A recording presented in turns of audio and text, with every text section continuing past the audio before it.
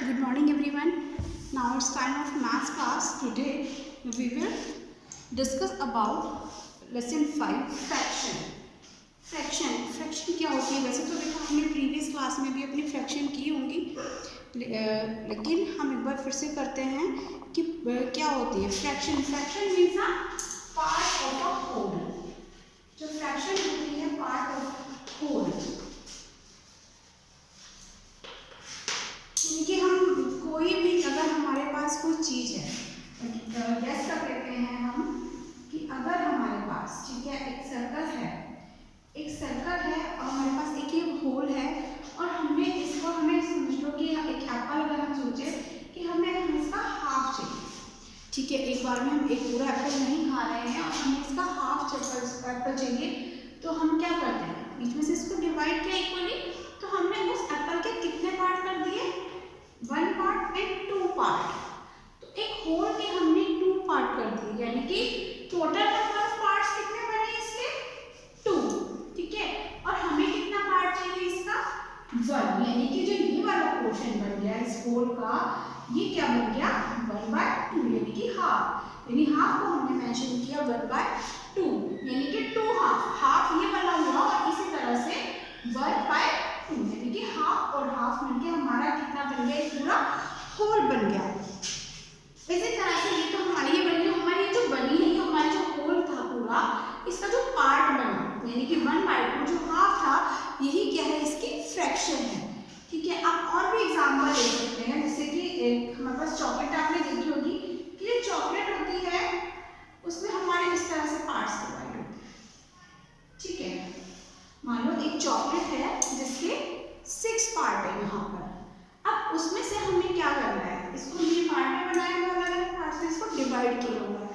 अब इसमें से अब एक चॉकलेट को हमें डिवाइड करना है 2 स्टूडेंट्स को, ठीक है। अगर 2 बच्चे हैं हमें चाहिए, लेकिन हमें थर्ड अपने लिए बचाना है। 2 हमें बच्चों को देनी और एक हमें अपने लिए बचानी है, यानी कि हमने ये वाला पोर्शन एक बच्चे को दे दिया और हमने ये वाला पोर्शन दे दिया। अब हमारे पास बच गया ये वाला, यानी कि जो शेडेड पार्ट है वो कितने हो गए हमारे पास 1 2 3 4। अब हमने जो फ्रैक्शन है यानी कि हमने इसके 4 पार्ट दे दिए हैं और टोटल पार्ट कितना था 1 2 3 4 5 6, यानी 6 पार्ट में से हमने इसके 4 पार्ट्स दे दिए और हमारे जो टोटल नंबर होते वो कितने थे 6 थे, यानी कि जो इसकी फ्रैक्शन क्या बनी 4/6। तो इसी तरह से अलग अलग पार्ट्स में जो एक कोई भी हमारी होल चीज़ें होती है जब उसे हम इक्वली डिवाइड करते हैं। अगर आपको बांटना है, किसी को इक्वली डिवाइड करना है, किस तरह से डिवाइड करते हैं हम, टोटल नंबर ऑफ पार्ट हमें नीचे लिखना होता है और जितना हमने दिया है या हमने डिस्ट्रीब्यूट जो किया है वो हमारा ऊपर आता है।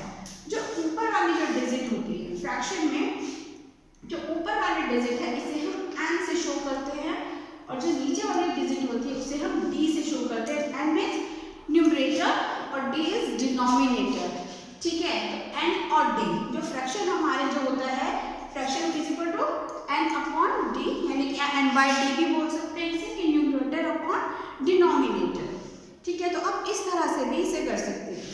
उसके बाद हमारी जो टाइप्स ऑफ फ्रैक्शन अभी हम करेंगे, चैप्टर शुरू करने से पहले थोड़े से कंसेप्ट क्लियर कर लेते हैं, उसके बाद हम चैप्टर स्टार्ट करते हैं, ठीक है। अब हम टाइप्स ऑफ फ्रैक्शन भी देख लेते हैं,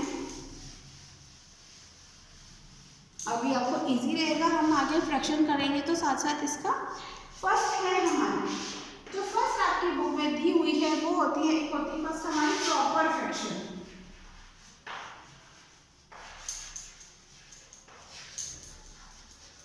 What do you mean by proper fraction?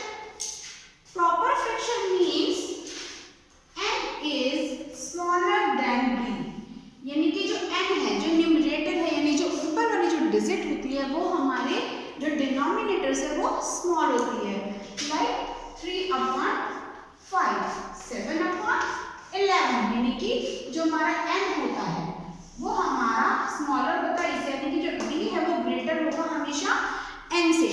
अगर कोई भी अगर आपको इस तरह की फ्रैक्शन दिखती है जिसमें हमारा जो d है हमारा डिनोमिनेटर हमारे न्यूमरेटर से ग्रेटर है तो वो प्रॉपर फ्रैक्शन होती है, क्लियर।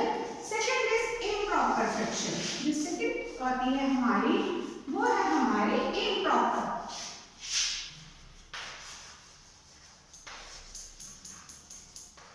ठीक है, जो सेकंड है हमारी वो कौन सी है, इम्प्रॉपर फ्रैक्शन है।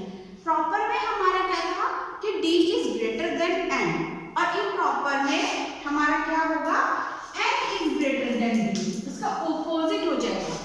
जैसे कि यहाँ पर n जो था उसमें क्या था, d ग्रेटर था, n स्मॉलर था, और इम्प्रॉपर में हमारा क्या हो जाएगा, n ग्रेटर हो जाएगा d से, लाइक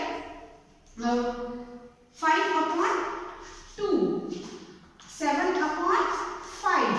यानी कि जो हमारा n है वो हमारे d से ग्रेटर है। तो ये दोनों का आपको ध्यान रखना है। आपसे पूछा जाता है, अगर आपको फ्रैक्शन दी हुई है, आपसे पूछा जाए कि कौन सी प्रॉपर फ्रैक्शन है और कौन सी इम्प्रॉपर फ्रैक्शन है, तो आपको ये याद रखना होगा कि अगर हमारा d n से ग्रेटर है तो वो प्रॉपर फ्रैक्शन होगी, और अगर हमारा जो n है वो d से ग्रेटर है तो वो हमारी इम्प्रॉपर फ्रैक्शन होगी। एक और थर्ड टाइप की जो फ्रैक्शन है हमारी, वो है हमारी मिक्स्ड फ्रैक्शन। ठीक है, जो थर्ड टाइप की फ्रैक्शन है वो कौन सी है, वो मिक्स्ड फ्रैक्शन है। बहुत सारे इसमें बेटा आपको अलग अलग टर्म्स हैं, आपको बहुत कंसंट्रेट से देखना पड़ेगा, समझना पड़ेगा। ठीक है, थर्ड है हमारी mixed fraction. Mixed fraction same होती है, वो हमारी एज अ इम्प्रॉपर फ्रैक्शन होती है।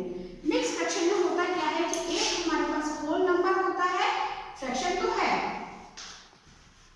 फ्रैक्शन भी होगी और साथ में एक होल नंबर भी होता है हमारे पास। ठीक है, तो ये हमारी मिक्स फ्रैक्शन होती है। लेकिन जब हम इसको लिखते हैं इसको हम एक तरीका होता है कि अगर हमें इसकी फ्रैक्शन बनानी है, मिक्स फ्रैक्शन से हमें एक फ्रैक्शन में हम इसको कन्वर्ट करते हैं, तो उसमें क्या करते हैं, इसको चेंज करने का कैसे होता है कि 4 को 4 से, जो फ्रैक्शन का जो नीचे जो डिनोमिनेटर है उसे हम होल नंबर से मल्टीप्लाई करेंगे।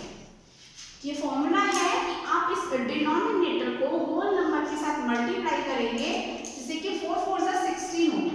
ठीक है, अब जो हमारा 16 आया है उसके साथ हमें न्यूमरेटर को ऐड करना होगा। 16 प्लस 3 19 अपॉन जो हमारा डिनोमिनेटर होता है वो नीचे ही रहता है d। इस तरह से हम इसे सॉल्व कर रहे थे कि डिनोमिनेटर को होल नंबर के साथ हम मल्टीप्लाई करते हैं, और जो मल्टीप्लाई करके हमारे पास आता है प्रोडक्ट, उसे हम न्यूमरेटर के साथ ऐड कर देते हैं, और उसे हम एज ए न्यूमरेटर और डिनोमिनेटर हमारा सेम रहता है। अब आप देखिए, जो ये आपको जो फ्रैक्शन नजर आ रही है इसमें n is greater than d, ये जो हमारा न्यूमरेटर है वो हमारे डिनोमिनेटर से बड़ा है। इसका मतलब ये कौन सी फ्रैक्शन हुई, इम्प्रॉपर फ्रैक्शन। तो मिक्स्ड फ्रैक्शन और इम्प्रॉपर फ्रैक्शन दोनों सेम है, लेकिन इस तरह से जब हम उसे लिखते हैं जिसमें होल नंबर और फ्रैक्शन दोनों होता है वो मिक्स्ड फ्रैक्शन होता है। लेकिन जब इसे हम सिंप्लीफाई करते हैं तो वो हमारी इम्प्रॉपर फ्रैक्शन ही कहलाती है। ठीक है, तो ये तीनों आपके हो गए। उसके बाद अब हम चैप्टर स्टार्ट करते हैं। आई थिंक अब आपको क्लियर हो गया होगा फ्रैक्शन के बारे में। अब हम स्टार्ट करते हैं ना लेसन। सबसे पहले एक्सरसाइज से पहले हमारे पास है यहाँ पर लेट्स रिकॉल कि आपने प्रीवियस क्लासेस में क्या क्या पढ़ा है, हम पहले वो कर लेते हैं। फर्स्ट क्वेश्चन है राइट द फ्रैक्शन फॉर 3/4। अभी जैसे लिखा है कि फर्स्ट में 3/4 की फ्रैक्शन क्या होगी, 3/4 सिंपल। जो 3 और 4 की जो फ्रैक्शन होगी वो हम इस तरह से लिखेंगे 3/4। सेकेंड क्वेश्चन है आपका right the fractional number for 2/3। इसका फ्रैक्शनल नंबर बताना है। इसका फ्रैक्शनल नंबर बेटा हम 2 तरह, अगर आप अपनी बुक में अगर आप पीछे देखेंगे तो अलग होगा, लेकिन हम क्या करते हैं, तो हम इसको इक्विवेलेंट फ्रैक्शन इसके ले लेते हैं। इक्विवेलेंट फ्रैक्शन के लिए यानी कि ऊपर और नीचे हम दोनों जगह सेम डिजिट से मल्टीप्लाई कर देते हैं। That is equal to 4/6। ठीक है, तो एक फ्रैक्शन इक्विवेलेंट फ्रैक्शन इसका ये बन गया। इसी तरह से हम 2/3 मल्टीप्लाई 3 इज इक्वल टू 6/9। एक इक्विवेलेंट फ्रैक्शन ये आ गई, एक ये आ गई। एक ये मेथड है। एक और मेथड है कि हम 2 यानी कि 2/3 का मतलब है कि हम 2 को डिवाइड करते हैं। 2 को हमने 3 से डिवाइड किया, 3 इज ग्रेटर देन 2। ठीक है, अभी हमारा एक्चुअली ये डेसिमल में हमारा आता है, डेसिमल का चैप्टर आपका नेक्स्ट है, लेकिन फिर आपको लगेगा कि आपकी बुक में डेसिमल में है, इसलिए मैं आपको दोनों मेथड बता रही हूँ कि जब हम डेसिमल में निकालते हैं हमारे पास जो हमारा 2 है वो स्मॉलर है और 3 जो है वो हमारा ग्रेटर है। अब हम इसको कर नहीं सकते, हम क्या करते हैं डेसिमल लगाते हैं और हम इसको यहाँ पर 0 सेट कर लेते हैं।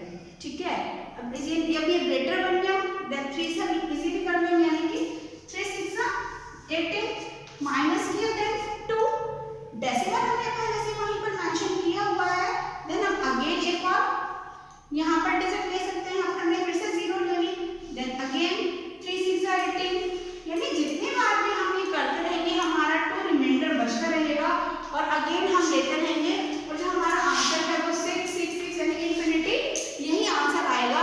इसीलिए हम इस आंसर को इस तरह से ना लेके हम इसको इंफिनिटी क्या लिख लेते हैं, हम इसका आंसर जो होगा वो हम 0.67, ये इंफिनिटी यानी आपका यही सेम आंसर चलता रहेगा। इसीलिए हमने यहाँ को लगेगा बुक में कि आंसर जिस तरह से आ रहा है तो आप इस तरह से भी लिख सकते हैं, चाहे तो 0.66 लिखिए, इंफिनिटी है कि यही रहेगा तो हम इस तरह से इसको 0.67 लिख सकते हैं। क्लियर? चलिए next question is right the fractional with denominator as 7 and numerator 2 less than the denominator।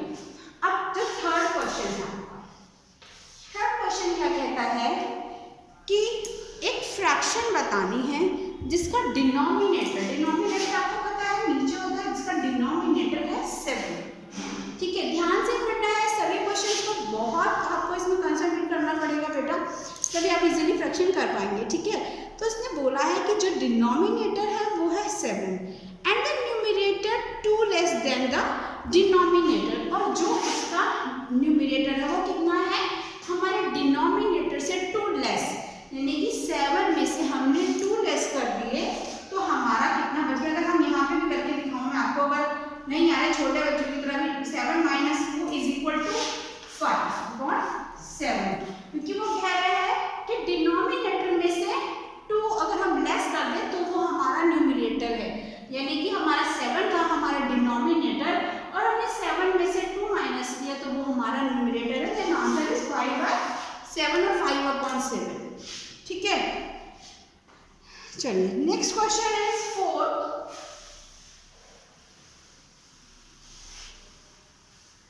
Fourth question which is greater 4/9, number 4 है वो बोल रहा है कि 4/9 एंड और 7/9 कि कौन सा ग्रेटर नंबर है, 4/9 ग्रेटर है कि 7/9 ग्रेटर है। अब ग्रेटर और स्मॉलर कैसे करना है, ग्रेटर और स्मॉलर अगर हमारा एक और आपको ध्यान से सुनना है, अगर दोनों डिनोमिनेटर सेम डिजिट है, अगर दोनों डिनोमिनेटर इक्वल है सेम डिजिट है तो हम ये देखते हैं कि जो हमारा न्यूमरेटर जो बड़ा होता है, यानी कि 7 बड़ा है 4 से, नीचे हमारा जो डिनोमिनेटर है वो तो दोनों सेम है, ये भी 9 है ये भी 9 है, तो उसके बाद हम अपना न्यूमरेटर देखते हैं कि हमारा जो न्यूमरेटर है वो 7 बड़ा है, वो 4 बड़ा है कि 7। ऑब्वियसली जो 7 है जिसका न्यूमरेटर बड़ा होगा, अगर हमारा डिनोमिनेटर सेम है तो जिसका न्यूमरेटर बड़ा होगा वही जो डिजिट होगी वो ग्रेटर होगी, यानी कि 4/9 इज स्मॉलर देन 7/9, ये वाली जो डिजिट होगी ये हमारी ग्रेटर होगी क्योंकि इसका जो न्यूमरेटर है वो 4 से बड़ा है, 4 जो 7 है वो ग्रेटर है 4 से। ठीक है, और इसी तरह से find N equivalent fraction of 4/9 with numerator 12, जो क्वेश्चन 5 है। अब क्वेश्चन 5 कहता है कि what is the equivalent fraction of 4/9। अब कोई इक्विवेलेंट फ्रैक्शन बतानी है हमें, 4/9 है, उसके लिए एक ऐसी आपको फ्रैक्शन बतानी है जिसका न्यूमरेटर 12 है। अब ये कैसे करेंगे, यानी कि अगर हम इसको कट करें, यानी अब आपको देखना है यहाँ भी 4 है यहाँ भी 4 है, तो आपको मतलब ये देखना है कि कितना 4 × 12 होता है। ठीक है, अगर हम करते हैं 3 4 × 12, अगर हम ये यहाँ पे हमने 4 है, ठीक है, अब हमने क्या 3 4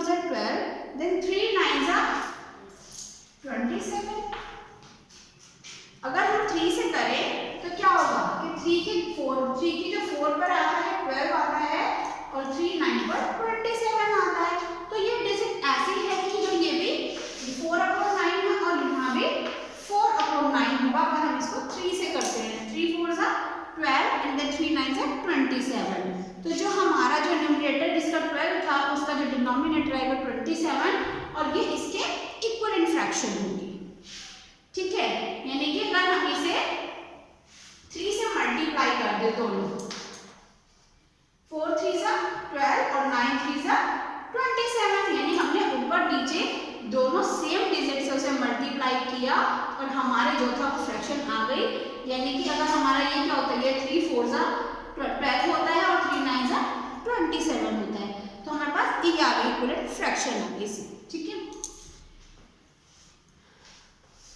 नेक्स्ट है question number 6, find N equivalent fraction of 20/32। अब यहाँ पर वो कह रहे हैं कि एक इक्विवेलेंट फ्रैक्शन हमारे पास बतानी है आपको 20/30 की, जिसका डिनोमिनेटर कितना है, 16 है। अब इसका जो डिनोमिनेटर है 16 है, यानी कि हम जब 16 से ऐसा कुछ हमें चाहिए कि इससे मल्टीप्लाई करें कि ऊपर भी सेम आए और हमारा नीचे भी सेम आ जाए।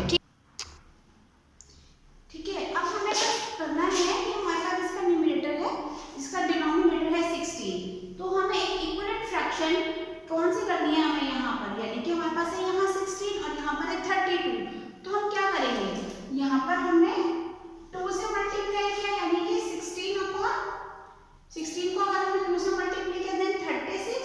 इसी तरह हमारा जो 10 होगा 2 से मल्टीप्लाई करेंगे तो भी हमारा कितना आ जाएगा, 20, यानी कि 10 को हम अगर 2 से मल्टीप्लाई करेंगे तो 20, और अगर हम 16 को 2 से मल्टीप्लाई करेंगे देन 32 इसका डिनोमिनेटर आ जाएगा। तो जो इक्विवेलेंट फ्रैक्शन बनेगी वो हमारी कौन सी बनेगी, 10/16। ठीक है, जो इक्विवेलेंट फ्रैक्शन होगी उसका क्या होगा, 10/16, क्योंकि 10/16 में जब हम 2 से मल्टीप्लाई करते हैं तो वो हमारी किसके इक्विवेलेंट होती है, 20/32 के। क्लियर।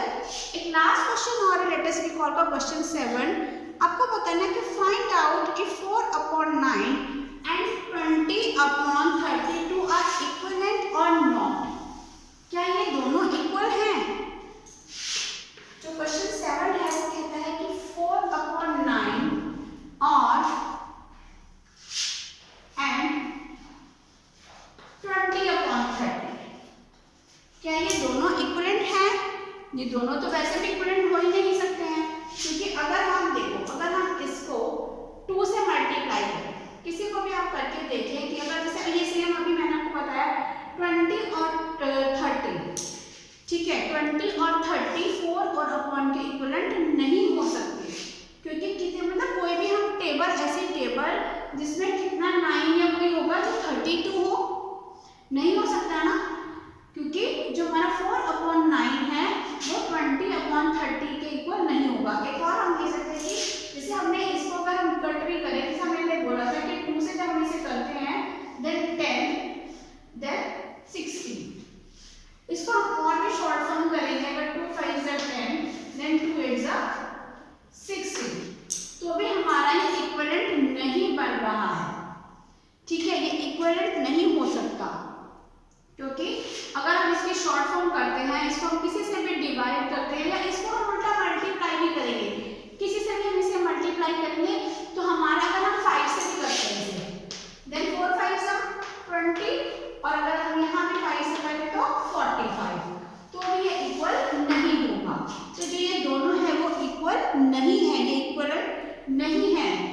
ठीक है, क्योंकि इनका जो डिनोमिनेटर, जो हम इसको इक्वल करते हैं, इसको हमने करके देखा है, मल्टीप्लाई किया और इसकी शॉर्ट फॉर्म भी करी तो 5/8 आएगी एंड 4/9 नहीं आएगी, तो इसलिए 4/9 और 20/32 दोनों इक्विवेलेंट फ्रैक्शन नहीं है।